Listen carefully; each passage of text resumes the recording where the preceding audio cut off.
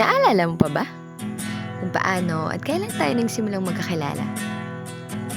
Dahil ako, tandang-tanda ko pa. Kung paano ako sa'yo nung umpisa, kung paano kita ngasarin at pagtripan, dahil loko-loko akong talaga. Pero alam mo ba, ang isang tulad kong loko-loko ay nag-iba. Dahil pinaramdam mo sa akin na kahit ganito ko ay may kayang magpahalaga. Hindi mo ako iniwan tuwing kailangan kita. Ikaw ang nagsilbi kong takbuhan sa tuwing ako'y may kailangan. Naging unan at kumot sa tuwing ako'y malungkot. Ikaw ang aking medisina na nagpapauwi ng lungkot na aking nadarama.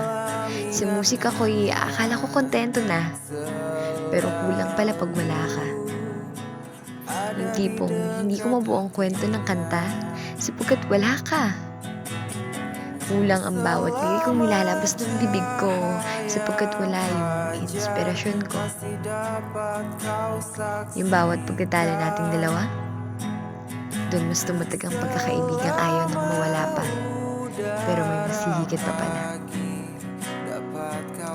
Ni minsan, hindi man lang sumagi sa isip ko ang katanungang bakit ikaw? Bakit sa dinami-dami ng tao at babae sa mundo? Ay bakit sa best friend ko? Pero ngayon, napatanong ako. Sa katagal-tagal ng panahon nating magkasama, bakit ngayon ko lang naramdaman ito? Bakit nga ba sa'yo? Bakit sa'yo ko napiling manatili sa isa at magseryoso?